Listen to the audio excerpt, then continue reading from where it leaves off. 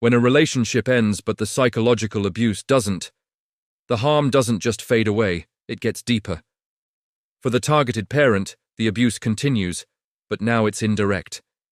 Every interaction is a power play, limited access to their child, twisted stories, delayed messages, and a constant battle against accusations that never seem to end. This parent is forced into a state of high alert, always reacting, never getting a chance to heal. This isn't just about losing time, it's about losing yourself. The targeted parent starts to question their own sanity. They're grieving for a child who is alive but emotionally distant. They face constant stress, helplessness, financial strain, and the agony of being painted as a villain. There's no closure because the abuse is a cycle that never stops. For the child caught in the middle, the damage is even worse. They're growing up in a world where love feels conditional and loyalty is demanded. They quickly learn that to be safe, they must agree, not be honest.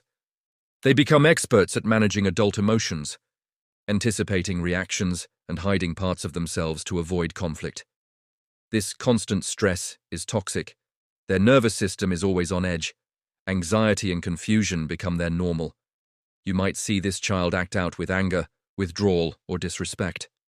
It's not defiance, it's a sign that they are completely overwhelmed. They're being forced to carry the weight of adult conflict on their small shoulders. Over time, they might start to believe the distorted stories about the targeted parent, feeling guilty for any affection they show them. They might even change their own memories to cope with the pain of divided loyalties. This is how abuse hides in plain sight, not through force, but as a survival tactic.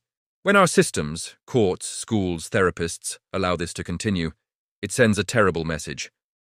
That emotional harm is okay as long as it's quiet and drawn out. The abuser learns there are no consequences. The child learns that power is more important than truth. And the targeted parent learns that they might be on their own. The damage just keeps multiplying.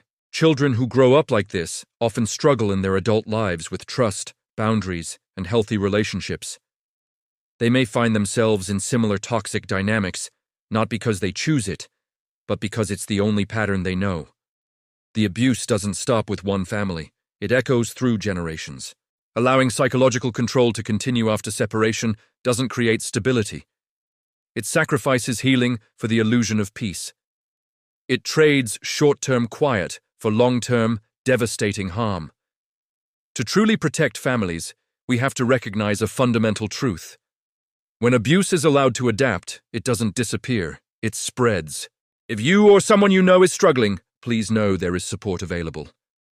Reaching out to a mental health professional or a domestic violence support service can be a crucial first step. Thank you for listening.